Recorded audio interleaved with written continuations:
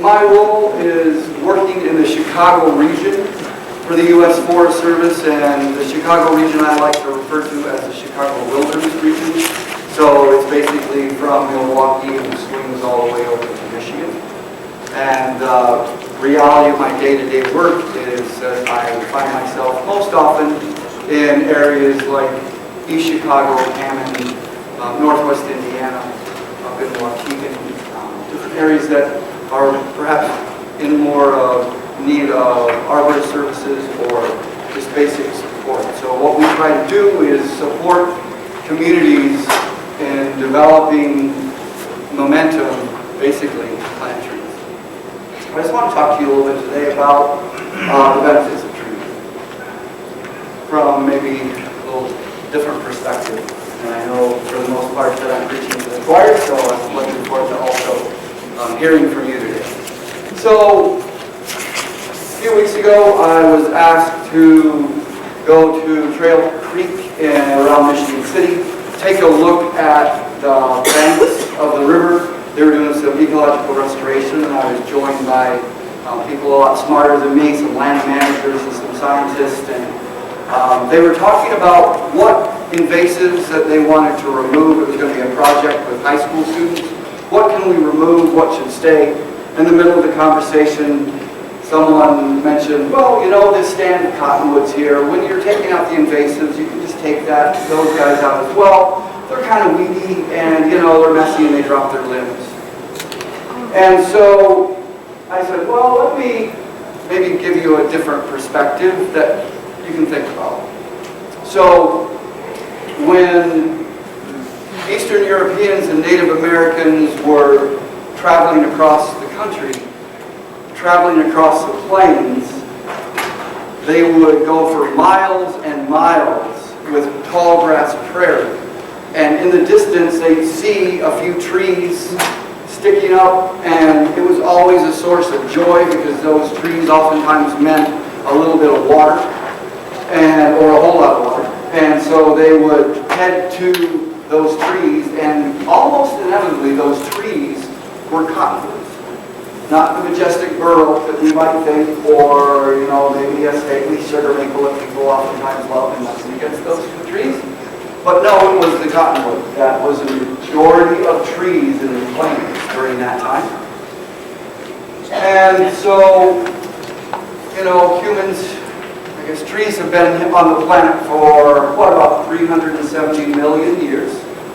And humans, we've been here for about 200,000 years. And I might make the argument that if you want to talk about messy, I would say that humans have done a little bit more than the cottonwood tree. When I talk to students, I love to talk about trees being the lungs of the city. And the cottonwood tree is one of those trees. When you look at its trunk and you look at the majestic crown of that tree, I wouldn't necessarily plant it in my front yard if it's going to be close to my house, but I tell you what, I sure support seeing it along our streams and our rivers. I hike along the Chicago Trail and I see groupings of lindens and maples and cottonwoods that have been intentionally planted 80 years ago, and they're beautiful, thriving trees. So trees certainly have their place. A beautiful tree that is in Chicago that I also walk by at a schoolyard, and students will gather underneath this tree and they'll do their lessons at water school in Chicago. So trees have been gathering spaces for a very long time. If you look back through history, they serve as conveners. People are attracted to trees, obviously, for their shade, for other reasons. That is a Western version of the cottonwood there.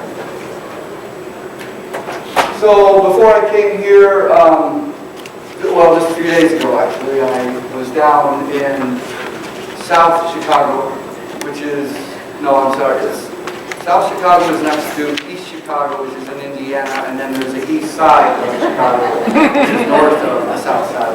And I was down in this neighborhood, and I met with a couple people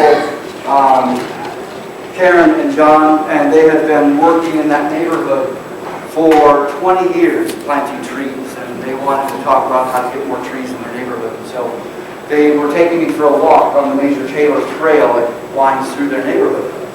And it was drizzling out a little bit, and the forecast had not said anything about rain, so I wasn't wearing a raincoat like I should, but I was out and it started to rain a little bit harder, and I thought to myself, well, maybe we can drive and see the trees, but no way. They wanted to take me to every single tree that they had planted. They did not care about the fact that it was raining. And I had a wonderful time with them because they introduced me to those trees as if they were their own neighbors. And they were their neighbors.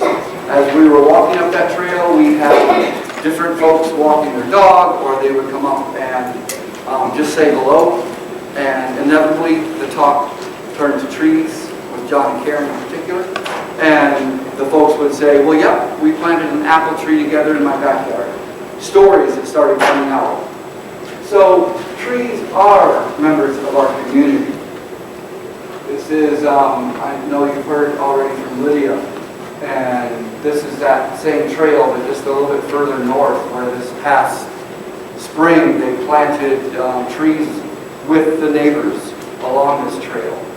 I went out for the planting, and as you can see, it was a snowy day, which is a great time to plant trees. In my opinion, the soil is just a little bit different consistency when you're planting when it's a little bit cool. I planted with a neighborhood in Indianapolis where I lived before moving here. And I remember planting out on a March day where they had 2 or 3 inches of snow. And the neighbors who were out helping us plant would go up on the front porch and then come back, and I went up to see what was going on. The little Bailey's going, and they had a little snow off. It's like, oh, you guys are warming up nicely.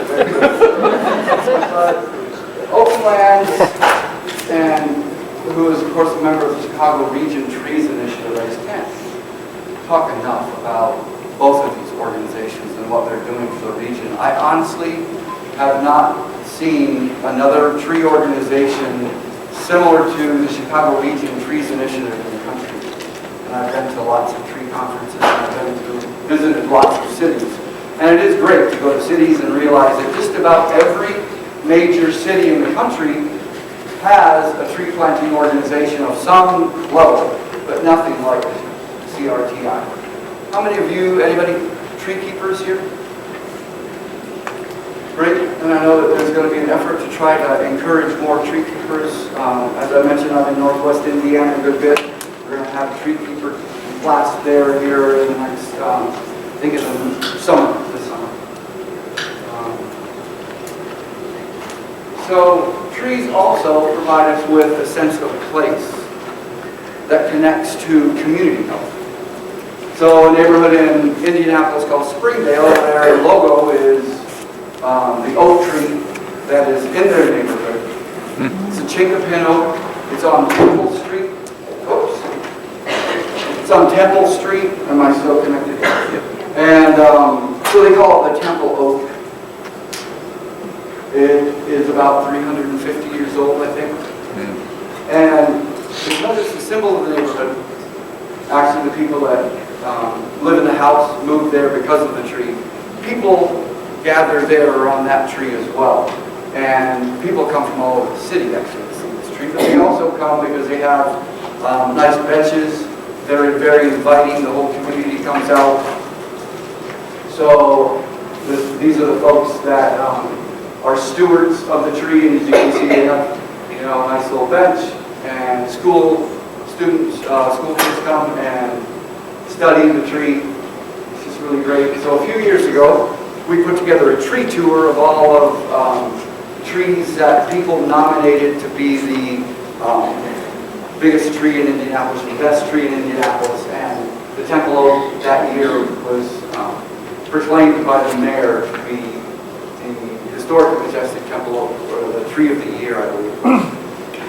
So that neighborhood has its identity around that chinkapin oak, and interestingly enough, after we had, maybe a couple years after this happened, a few neighbors came and said, you know what, they're tearing down a house in the neighborhood south of us, in the Brookside neighborhood. And there's a pretty good sized tree that you may want to take a look at. We're worried that they're going to do damage to the tree. And there I was working for a not-for-profit planting trees, and quite frankly I got calls quite a bit. Hey, you got to come and take a look at my tree. You got it. Or we have trees that we'd like to donate if you just come and transplant them all out of our yard. But this request seemed a little different, so we went out and took a look at that tree, and it was also a chinkapin oak along that same stretch. The crown stretched over 3 houses. So the community got together. The city was tearing down houses. They usually will come in from the back to tear down the house, so they were going to be going over the roots, and as we know, going over roots would do serious damage. So we worked with the city, and fortunately we had people that came out and really took this seriously.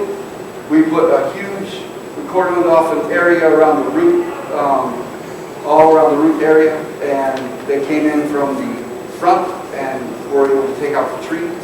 And now that community has a place where people will go. It's a pocket park, and people will go and just sit around the tree. They'll read. It's a community space. So that, to me, speaks of the health of that community. So imagine that street without trees and the benefits that we get just from trees along city streets. I remember talking to a city planner who was complaining about trees bringing up the sidewalks. And we talked about how often do you replace your sidewalks? He said, well, maybe once every 10 or 15 years. But yeah, that's a pretty normal cycle of replacing sidewalks. But this tree will continue to give you investment for well over 100 years. And it continues to give you investment by the shade that it provides. And the shade that it provides on the road and the sidewalk actually contributes to the longevity of that sidewalk. Shade actually protects and will increase longevity. So trees help build community. So I work with an organization in Indianapolis called Keep Indianapolis Beautiful, and we planted trees with neighbors.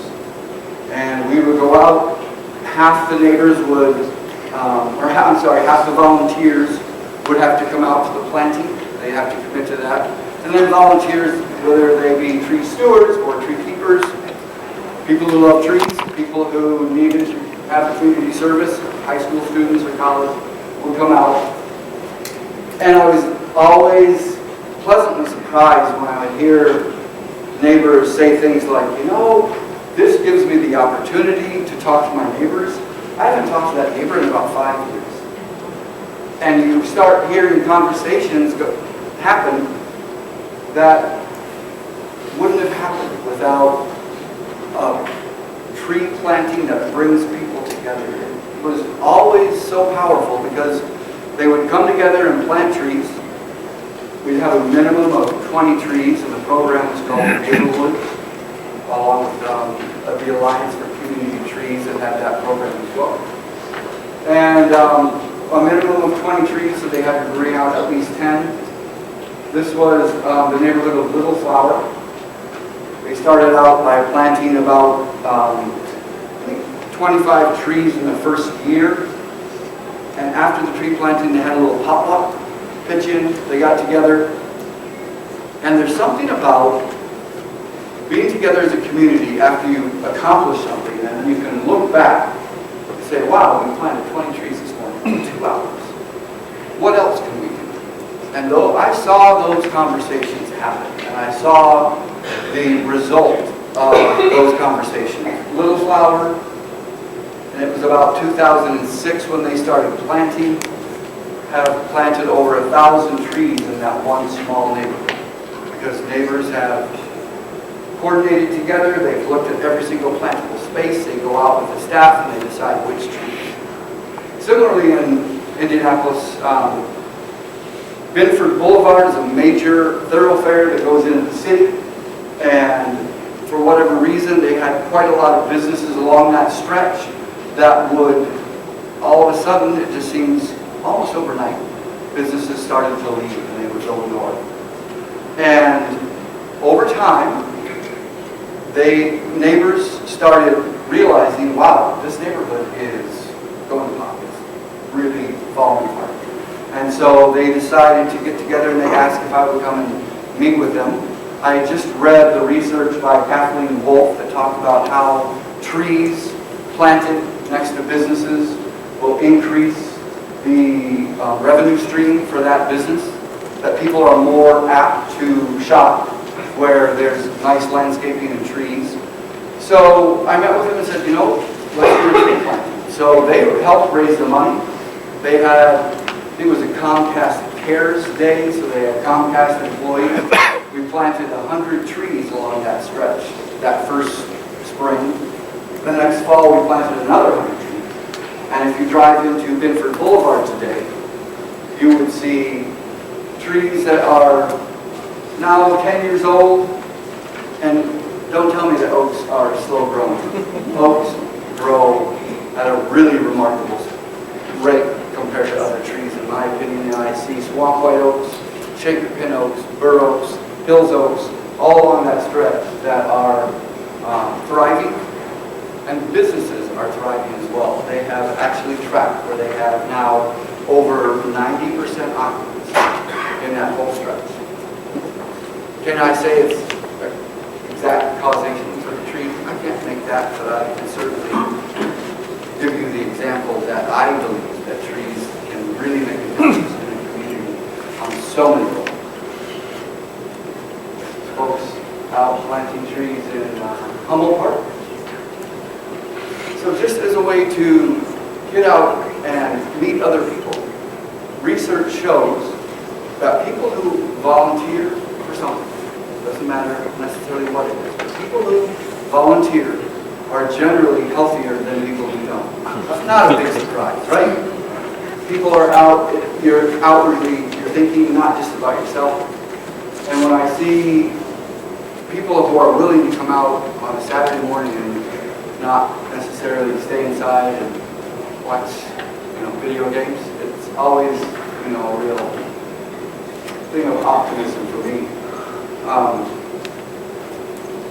We had a system whereby a neighborhood could decide if they wanted to have individuals water the trees or a group of community members water the trees. Because if you were to get a tree, similar to Open Lands and any other reputable organization, you should not just talk about planting a tree, but you should talk about maintaining the tree and how essential maintaining trees is. So 3 years of watering from when the leaves come on in the spring until when the leaves fall in autumn. Once a week, a newly planted tree we recommend gets 15 gallons of water a week.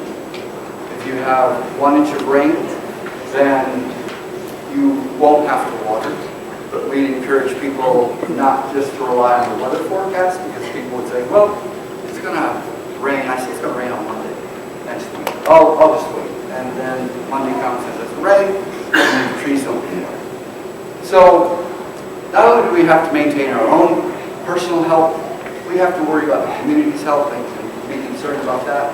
So neighbors that water trees as a group, the trees actually did better based on a study that Indiana University did of our trees 5 years after planting. At that time we had planted, I think, about 7,000 trees. They did a study and they showed that trees watered by a neighborhood group did better than trees planted by individual homes. And once again, no surprise, because you're out, you're working together, and it's just a really positive event. So I imagine that given the nature of the group, you've probably heard the research that says if you have a hospital window, if you're in the hospital and you have a window that looks out to a tree, that their discharge rate is 30% higher than those that don't have windows at all. The hospital in Switzerland, I believe. I love that. Just making sure that wherever you look out, you're going to be able to see green. So along with, health comes a sense of purpose. This past summer, the Student Conservation Association and the Forest Service partnered on a project that we would like to expand. And this is a crew of first-year college students from Gary, Indiana. We planted about 30 trees in Gary, and these folks are now caring for them and watering them. So working with them, I overhear conversations that sometimes would go something like this. I went home last night and I just couldn't stop talking about trees until my dad says, would you just stop talking about trees? And I thought, oh, this is working. Good. And it's pretty amazing when you do have that real direct connection with soil and you're out there caring and watering for trees, what that does for your soul. I don't think it can be underestimated. These are these folks. And we had the same program in Indianapolis where we would hire young people, high school age, to help us care for trees that didn't have homeowners that would be able to water them. So trees that we planted along highways. And these young people were from all walks of life. Anybody could apply. But we now have a 100-team group of youth preteen members that water and care for trees from March through fall. And over the last 10 years, that not-for-profit has planted just about every city street tree in Indianapolis. And they've planted well over 30,000 trees, all 1-inch caliber or greater. And I think you'd probably be happy to know that over 95% of the trees are native to Indiana. So,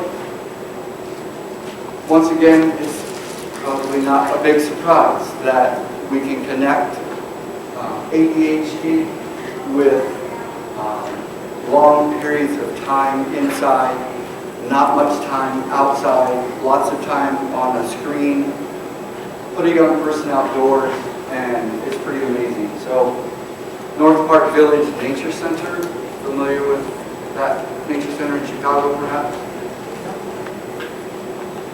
50-acre nature preserve in the city and on the northwest side. They have a little area that wasn't really used. They were managing it as prairie, but they had little woods around them. And they do programs during the day, after-school programs. They do some day, summer camp programs. But they had this idea that this area is not being used very much. So let's see if we can bring more people in. So they've started something called Walking Stick Woods, where they have 2 adult teachers and 3 to 5-year-old preschoolers who come every single day unless the temperature is below 21 degrees. And there's no outdoor, no indoor facilities whatsoever for them. So they have some tarps, they have a fire, but they're working, and these are 3 to 5-year-olds. And if you get a chance, stop by someday, take a look at kids having an amazing time outside. There's structured activities that they do, but they don't go inside. They just had to figure out, I think they bought a porta pot or something because they didn't think it was good for kids to be on trees when they leave inside. So once again, Director of Open Lands, Jerry Edelman, working with a group of people. Just want to encourage you that if you're not a member of Open Lands or CRTI, that to get out and plant trees can really make your day, and a continued effort to do that is just simply great for your health. Trees provide us with beauty. So this is La Sagrada Familia in Barcelona. The architect, Antoni Gaudi. Gaudi said that he took most of his inspiration from nature, and and his actual architectural designs were oftentimes based on trees. And of course, you probably know that the majority of major religions today have trees as gathering spaces or trees as symbols. This is that tree. What do you think? Carpinus caroliniana, yep. And blue beech or musclewood or ironwood. I love that tree. It's a great landscape tree. Ohio buckeye or yellow buckeye. I love this one.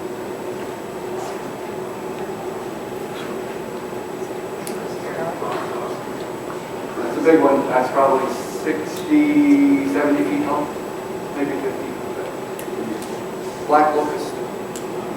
Black locust cultivars are now being planted as street trees in several cities across the country, including Chicago. Once again, a malign tree that, in my opinion, has a place along with a beautiful tree, the silver maple. People tend to malign the silver maple as a tree that, once again, is messy or its roots will get into sewers. But the reality is the silver maple is a great tree if you plant it where it needs to go. It loves being along rivers. I'd love to see them planted more along highways. It's a tough, urban-tolerant tree, along with trees like the Kentucky coffee tree. What are some other tough trees that you've enjoyed planting or have seen planted? Ginkgo. Ginkgo is a great tree. Not native, but I sure do love it. And in particular, I'll admit, the male probably more than the female. You'll have to excuse my language here, but I was working with neighborhoods that was a little bit more on the upscale and very nice lady, Ms. Goldsmith, who we walked around and we were walking through the ginkgos, and she was a big tree.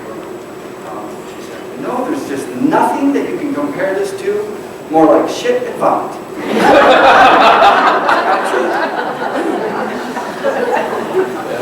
So this is Indiana Dunes Learning Center, tree planting that we did. We planted 20 trees. That's over in obviously the Indiana Dunes. Maricela on my right there started out with us when she was 15, as did her sister Anissa, at KIB in Indianapolis as a youth tree team member watering trees. Didn't really care about nature, didn't really have that much interest, but worked with us, both sisters worked with us for about 4 years, became leaders as youth tree team leaders. And this is definitely, I'm just going to call it like it is, the environmental movement is far too, it's not diverse, and it's far too white. And we need to address that issue.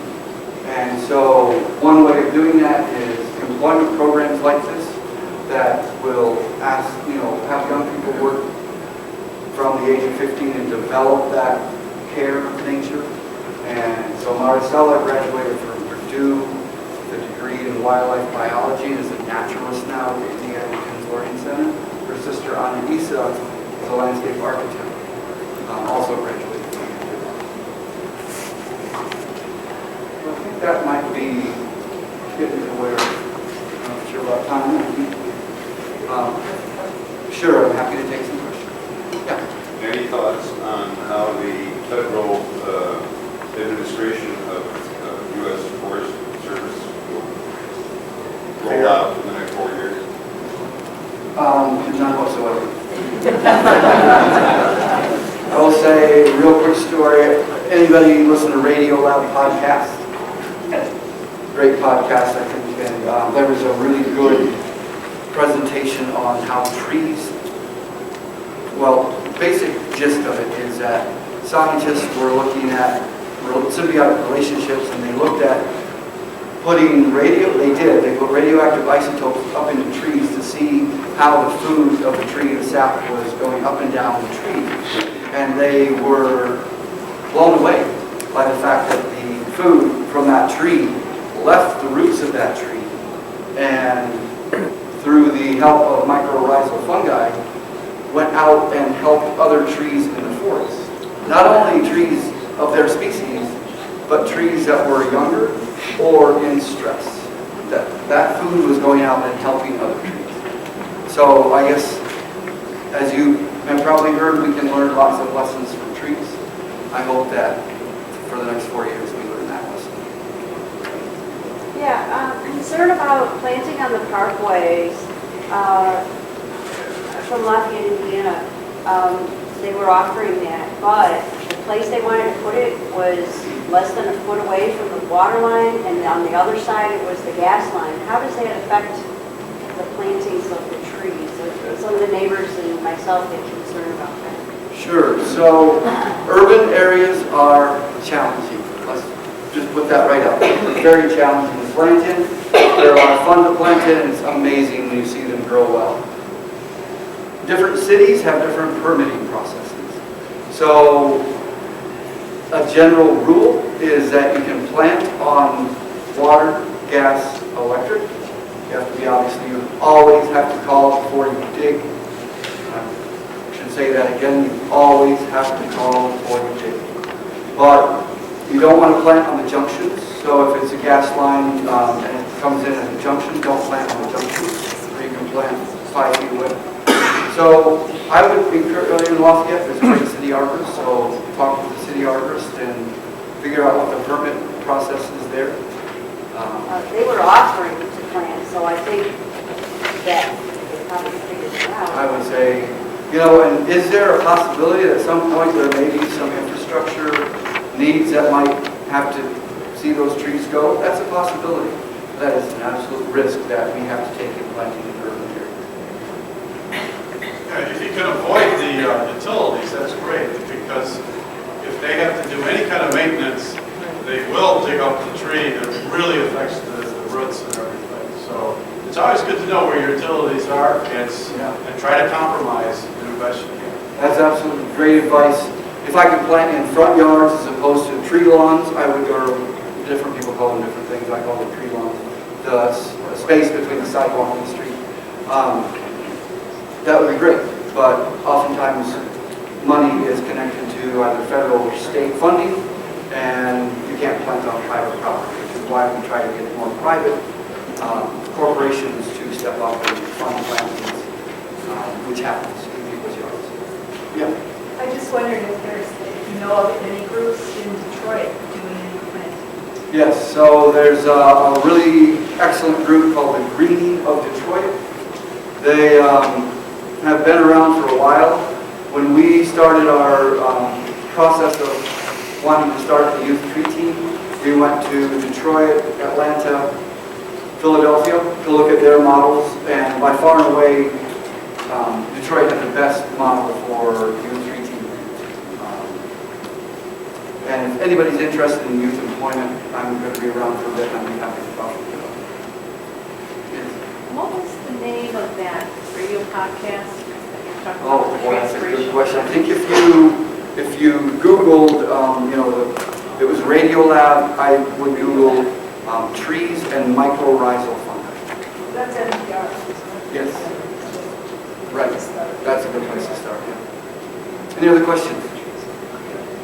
What are the merits of the blind locust? So, once again, it is a real tough tree. It's incredibly urban tolerant, which is always a challenge when you're planting in areas like Gary, Indiana, or, actually any city, you're going to have some challenges. In certain areas of Indiana, it's native. It's a colonizer. It will definitely, you have to manage it, so it's going to very likely spread. So you have to, right tree in right place, right? So I'm going to try to plant that tree in, along a river, if it's a native area, if it's a native to the area. Other merits are an amazing, beautiful display of flowers in the spring and wonderful smell.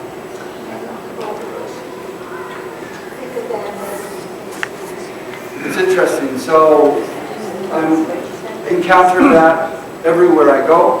When I worked in Northwest Indiana, the Nature Conservancy and others, regard sassafras as a native, as an invasive, or as an aggressive invasive. I planted sassafras as a street tree and in parks in Indianapolis. So